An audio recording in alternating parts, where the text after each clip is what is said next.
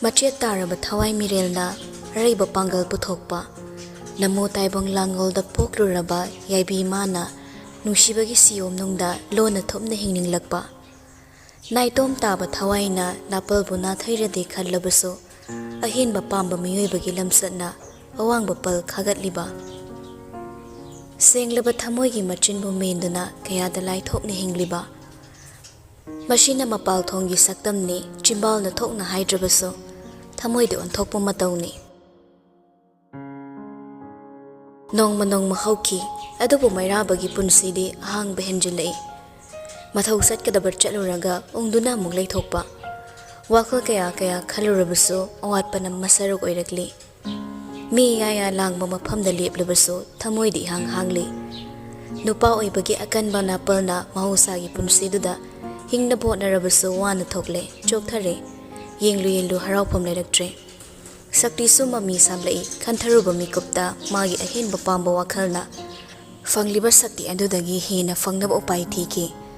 adubu soktharaba thawaiduna napalbu kaya kuina konsilaga thamba ngamkini kuirakle nomaizin khudingi pulamba makhoina magi leina kiba waroi pot haying tangairabada robot konungda changthok sangsin tawkhidre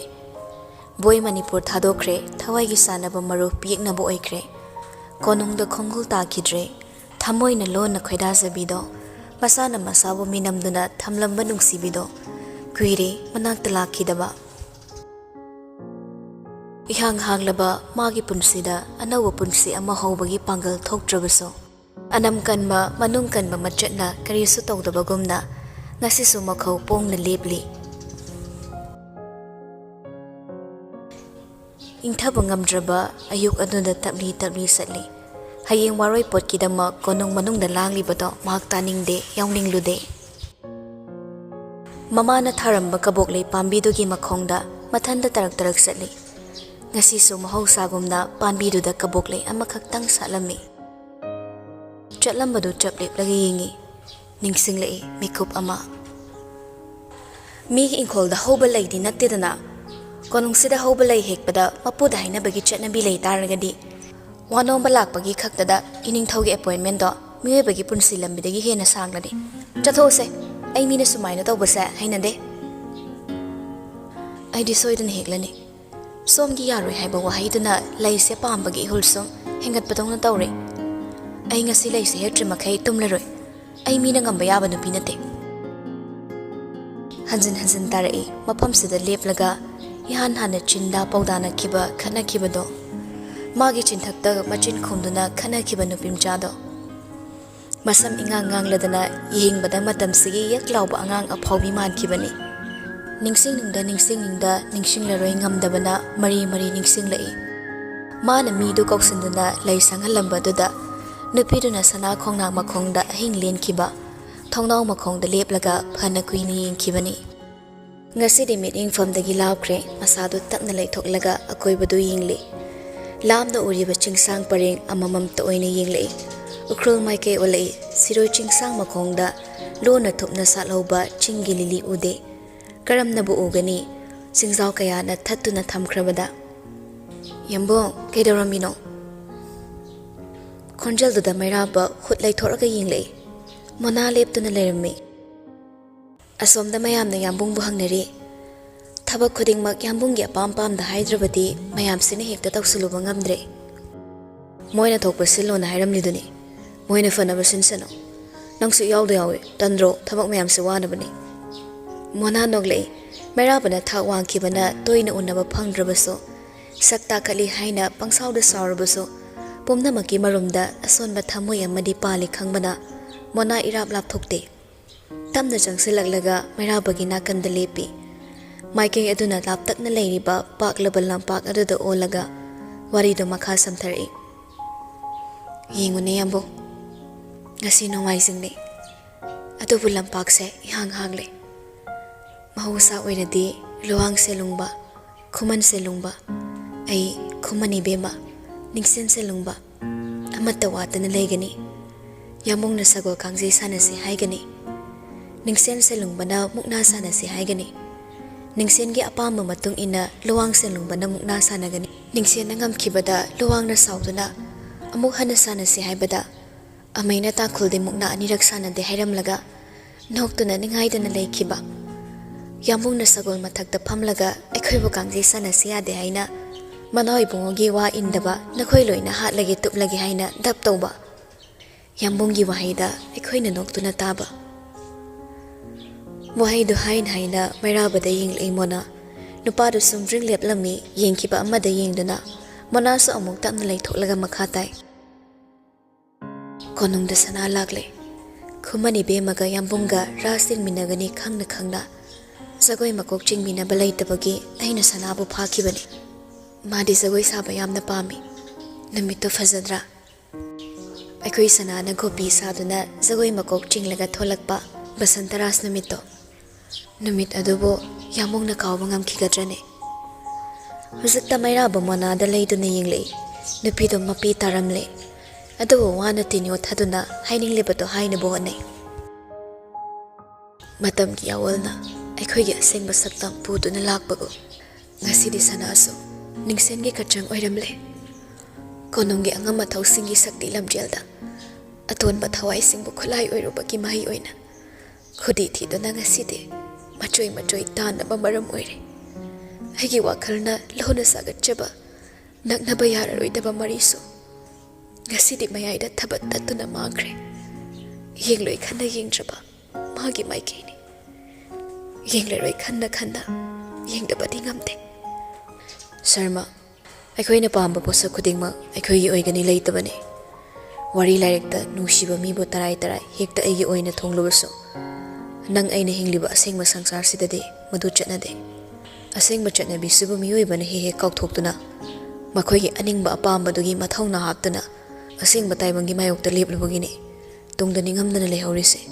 nangsu madu munna khango aidi ai oina leirasano aibu pauktak piriba yambung ngasi lauriba phirepsina tungda ningamdaba haibado laklaroidra monabu yenglambado chumna leithokiduna khumlei ngasi fawba aina laukiba phirep khudingmak ningamdaba haibado leite ngasi aina thangba hogadoriba khongthangsida ningamdaba kaya laklabaso mado aigi thamoigi wani thamoibu marol thokpra thamoigi wadi thamoida leigadabani tawgadaba ithau mayam sigi mamangda thamoibi hana puthoklaga thamgadaba nupado aidi natte mado aigi laibakta tamlamde khazaida taru pakliba mapido tapna taithoi mona sor mapong phana hontharaga amuktang pena hairami ngasidi machil pena yambungi na palwang malle manung kan malle thamoi aduna lona khaliba mahakpuna nakta thamnaba upai thidrabaso nungsiba amagidamak tawpham thopa mathaudi tawbiba machani khumani be mana tawkiba matawsingdubu kauthoklaga yambungdi haikiba wa ngaklibani haina lohnaba sem sari basida yathokpire phare mase yambungi apamani adobu yambong luwang selungba chatkre ningsena nakta laktre khumani bungode yambungi marup nate sanai be ma khongul taraklaroi thawai gi chanbi marup oirabaso manak chatuna magi pukning phasin biroba aigi ite oidre adoga maphamsida leplaga mabu maisa langali bakanagi anawba punsida saruk yabaso ai ngamlaroi aina konungsida khongdarakpa ngasina roibo oisaragani yambungi punsida wata padaba saktina yomlaga hingba ningthe macha ama oiduna kanagumba amabu ningsinglaga nongmata sumittagi pi sinthadana ingna panba oibiyo haigada baloira male thamoi ado pena ngangthoklamlaga aroibo oina mairababo bebar utlammi mai leiduna chatkre manaktagi lapkhre ngasiso atopa marup ama mairabagi maphamdagi lapkhre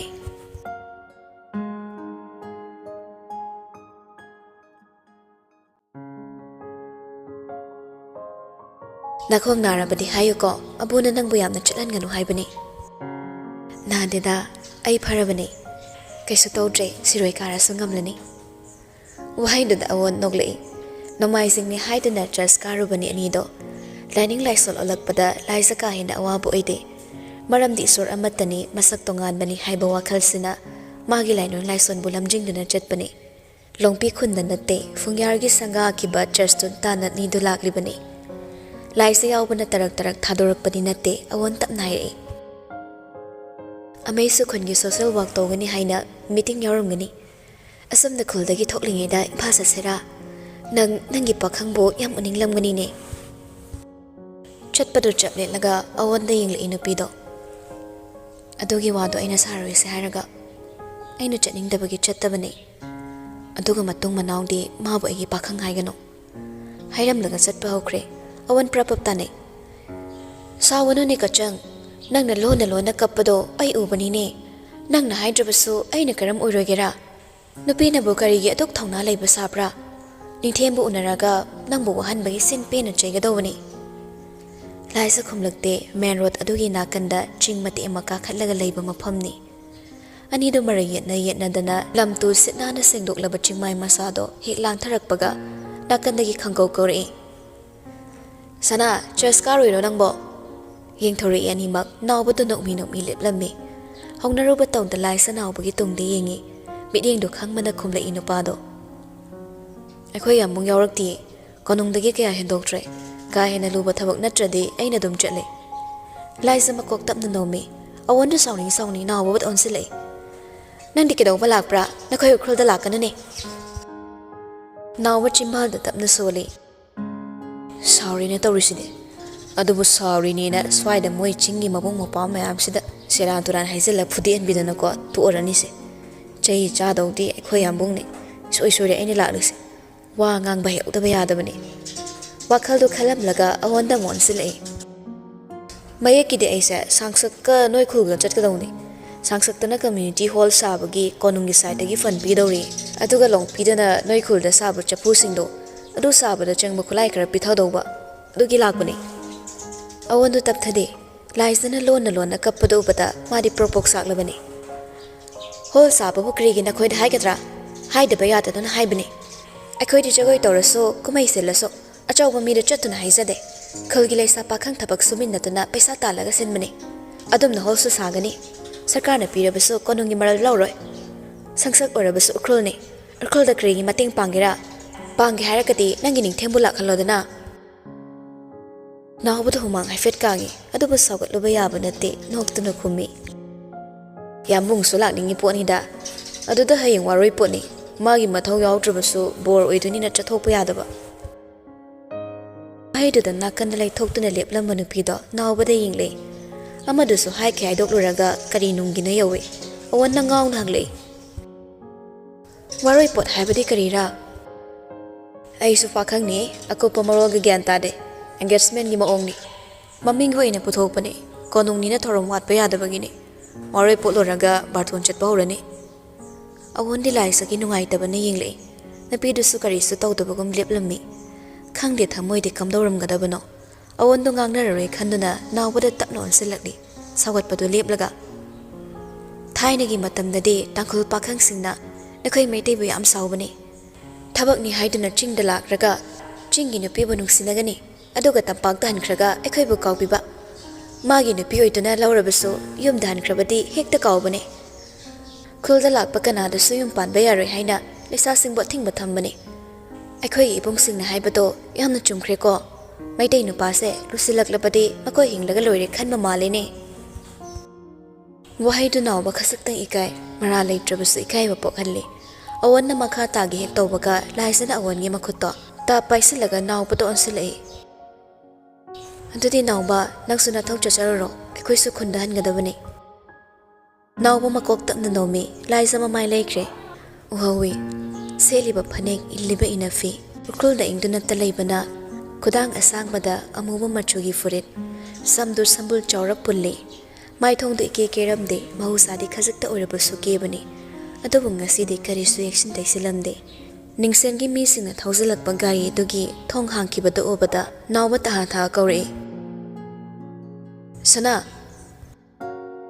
nupi anima yengle laisana khumdringe awanna sawna karigi sana kaubra magi mami kachang kaubani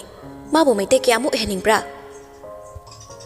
nawba khangbre khangi laisa sa awan gi matawda tamna noklaga hai hairo ke dawrange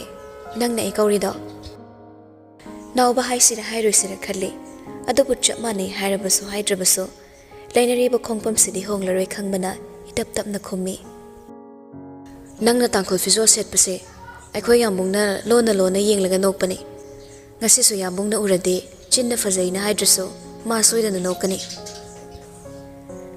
ꯊꯣꯡꯗ ꯄꯥꯏꯔꯤꯕ ꯃꯈꯨꯠꯇꯣ ꯍꯦꯟꯅ ꯆꯦꯠꯅ ꯄꯥꯏꯁꯤꯜꯂꯤ ꯅꯥꯎꯕ ꯈꯣꯡꯀꯥꯞ ꯑꯃꯅꯤ ꯀꯥꯟꯁꯤꯜꯂꯒ ꯇꯞꯅ ꯃꯈꯥ ꯇꯥꯔꯛꯏ ꯁꯅꯥ ꯍꯥꯏꯒꯦ ꯇꯧꯕꯅꯤ ꯑꯗꯨꯕꯨ ꯅꯥꯀꯜꯗ ꯂꯦꯞꯂꯤꯕ ꯑꯋꯟꯕꯨ ꯍꯥꯏꯐꯦꯠꯇꯪ ꯌꯦꯡꯂꯝꯂꯒ ꯁꯦꯝꯗꯣꯛꯏ ꯀꯥꯆꯪ ꯑꯩꯈꯣꯏ ꯌꯥꯝꯕꯨꯡꯗꯣ ꯃꯕꯨꯛ ꯌꯥꯝ ꯐꯕꯅꯤ ꯍꯥꯏꯔꯣꯏ ꯃꯗꯨ ꯑꯩ ꯍꯥꯏꯕ ꯉꯝꯂꯣꯏ ꯑꯗꯨꯕꯨ ꯌꯥꯝꯕꯨꯡꯒꯤꯁꯨ ꯊꯃꯣꯏ ꯑꯃꯗꯤ ꯄꯥꯟꯕꯅꯤ ꯑꯅꯤꯡꯕ ꯋꯥꯈꯜ ꯂꯩꯕꯅꯤ ꯑꯗꯨꯃꯛꯄꯨ ꯊꯃꯣꯏ ꯄꯥꯜꯂꯤ ꯍꯥꯏꯗꯨꯅꯁꯨ ꯂꯝꯕꯤꯗ ꯆꯠꯂꯤꯕ ꯄꯥꯈꯪꯁꯤꯡ ꯑꯁꯤꯒꯨꯝ ꯃꯅꯤꯡ ꯇꯝꯕ ꯊꯃꯣꯏ ꯑꯗꯨꯗꯤ ꯌꯥꯝꯕꯨꯡꯒꯤ ꯂꯥꯏꯕꯛꯇ ꯇꯝꯂꯝꯗꯕꯅꯤ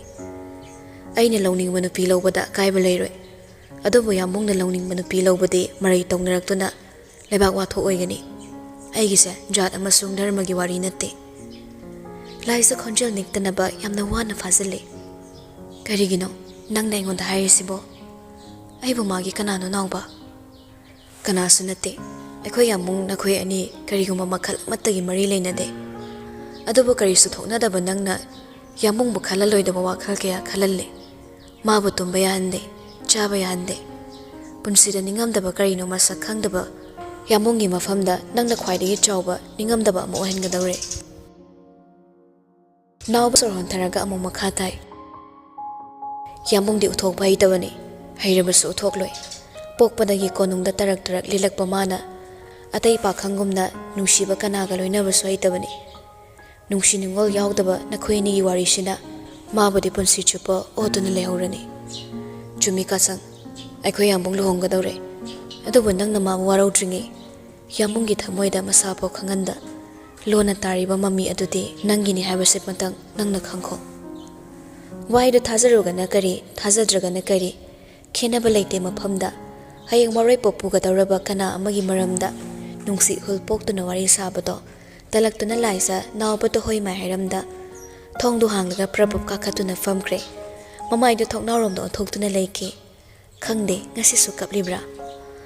ꯑꯋꯣꯟꯁꯨ ꯁꯥꯎꯅꯤꯡ ꯅꯥꯎꯕꯕꯨ ꯌꯦꯡꯂꯝꯂꯒ ꯃꯥꯁꯨ ꯒꯥꯔꯤꯗ ꯀꯥꯈꯠꯈ꯭ꯔꯦ ꯒꯥꯔꯤ ꯁꯤꯡꯗꯨꯅ ꯊꯧꯈꯤꯕꯗꯣ ꯅꯥꯎꯕ ꯂꯦꯞꯇꯨꯅ ꯌꯦꯡꯍꯧꯋꯤ ꯅꯣꯡ ꯁꯣꯠꯂꯤ ꯇꯧꯕꯒꯤ ꯃꯨꯁꯤꯜꯂꯞ ꯇꯧꯔꯕ ꯆꯤꯡꯒꯤ ꯀꯣꯏꯂꯥꯁꯗ ꯒꯥꯔꯤ ꯑꯗꯨꯅ ꯆꯦꯟꯈꯤꯕꯗꯣ ꯃꯃꯤꯠ ꯀꯨꯞꯇꯅ ꯌꯦꯡꯂꯤ ꯃꯅꯨꯡ ꯀꯟꯕ ꯃꯥꯒꯤ ꯌꯥꯝꯕꯨꯡꯒꯤ ꯃꯆꯠꯅ ꯉꯁꯤꯗꯤ ꯃꯁꯥꯃꯛꯀꯤ ꯃꯈꯣꯡꯗ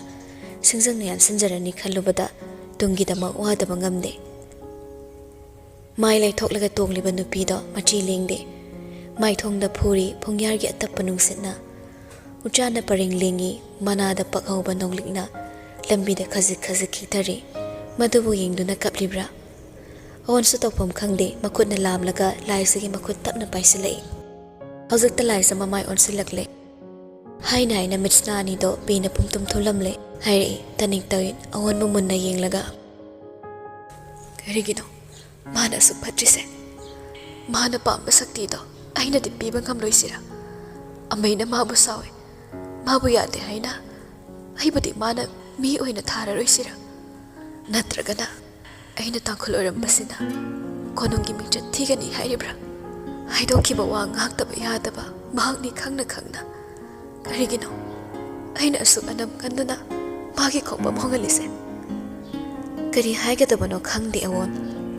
ꯌꯦꯡꯕꯗꯃꯛ ꯌꯦꯡꯂꯤ ꯁꯅꯥꯏꯕꯦꯝꯃ ꯇꯞꯅ ꯑꯃꯨꯛ ꯃꯈꯥ ꯇꯥꯔꯛꯏ ꯑꯩ ꯈꯪꯗꯦ ꯑꯩꯁꯨ ꯈꯪꯗꯦ ꯃꯥꯕꯨ ꯅꯨꯡꯁꯤꯕ꯭ꯔꯥ ꯑꯩ ꯈꯪꯗꯦ ꯑꯗꯨꯕꯨ ꯑꯩ ꯌꯥꯝꯅ ꯋꯥꯏ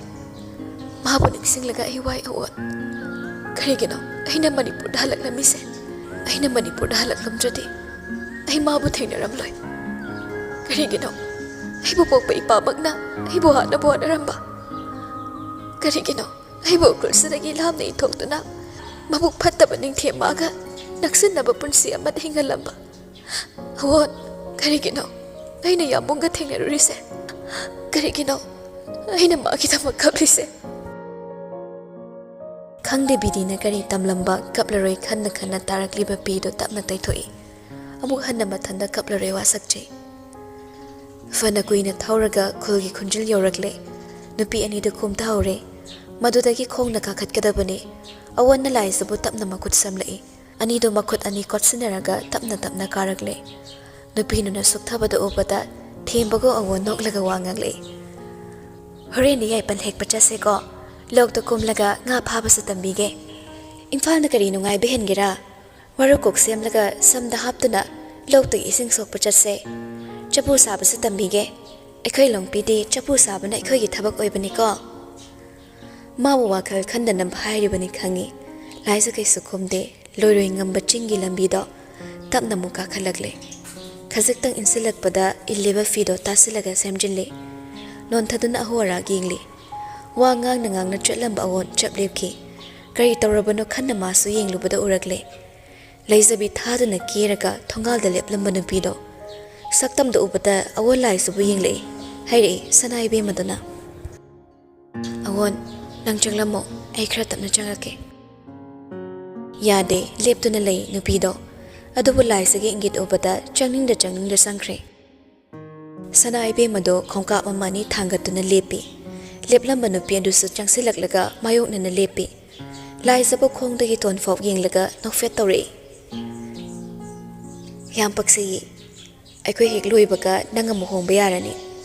ꯍꯥꯟꯅꯒꯨꯝ ꯃꯤꯡꯁꯦꯟꯅ ꯀꯣꯅꯨꯡꯗ ꯂꯩꯕ ꯑꯣꯏꯔꯗꯤ ꯌꯥꯝꯕꯨꯡꯗ ꯍꯥꯏꯗꯨꯅ ꯅꯪꯒꯤ ꯁꯥꯟꯅꯕ ꯀꯅꯥꯅꯣ ꯌꯦꯡꯕꯤꯕ ꯌꯥꯕꯅꯤ ꯍꯧꯖꯤꯛꯇꯤ ꯎꯄꯥꯏ ꯂꯩꯇꯦꯗꯣ ꯀꯔꯤ ꯂꯩꯔꯒꯦ ꯑꯁꯨꯛ ꯂꯥꯞꯅ